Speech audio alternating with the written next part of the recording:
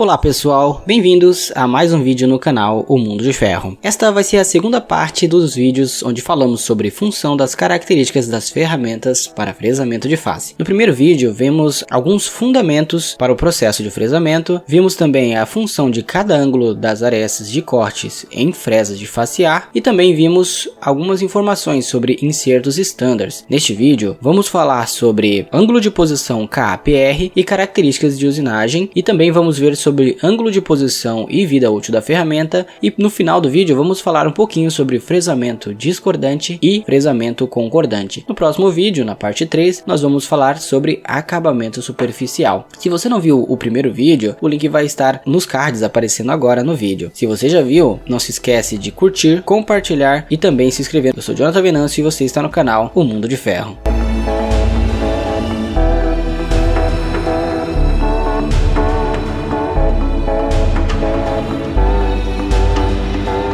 Bem-vindos ao canal O Mundo de Ferro. Como eu já falei na intro, neste vídeo vamos falar sobre função das características das ferramentas para fresamento de face, a parte onde fala sobre ângulo de posição KPR e características de usinagem, ângulo de posição e vida útil da ferramenta e por último, fresamento discordante e concordante. Se ainda não curtiu nem compartilhou, não esquece de fazer isso e também se inscreva para o canal continuar crescendo. Ângulo de posição KPR e características de usinagem. O ângulo de posição, cuja sigla ISO é KPR, determina a espessura do cavaco. Quando ele é menor, os cavacos são finos e pequenos. A aresta fica mais sensível a impactos na usinagem e há uma grande força de reação. A força principal é a força oposta ao sentido de rotação da fresa. Já a força de reação é a força que reage na direção axial e a força de avanço é a força no sentido oposto ao avanço. Na sua tela você deve estar vendo aí a comparação entre três ângulos diferentes, 90 graus, 75 graus e 45 graus, e o efeito que elas têm na usinagem. Por exemplo, como mostra na imagem, com um ângulo de posição de 90 graus, gera uma menor força de reação, e isso pode levantar a peça quando a fixação não é rígida. Já o ângulo de posição de 75 graus é recomendado para faceamento de peças com baixa rigidez, como paredes finas e com ângulos de posição de 45 graus. E com um ângulo de posição de 45 graus, gera uma maior força de reação e em peças finas produz a flexão da peça e diminuição da precisão de usinagem. Porém, previne microlascas da aresta da peça em usinagem de ferro fundido. Acompanhe agora na imagem que vai aparecer aí para você um case mostrando a diferença dos esforços de corte entre 90 graus, 75 graus e também 45 graus. Como mostra então esse case no material 4140, que é bem semelhante ao 1045, numa fresa com diâmetro de 125 mm,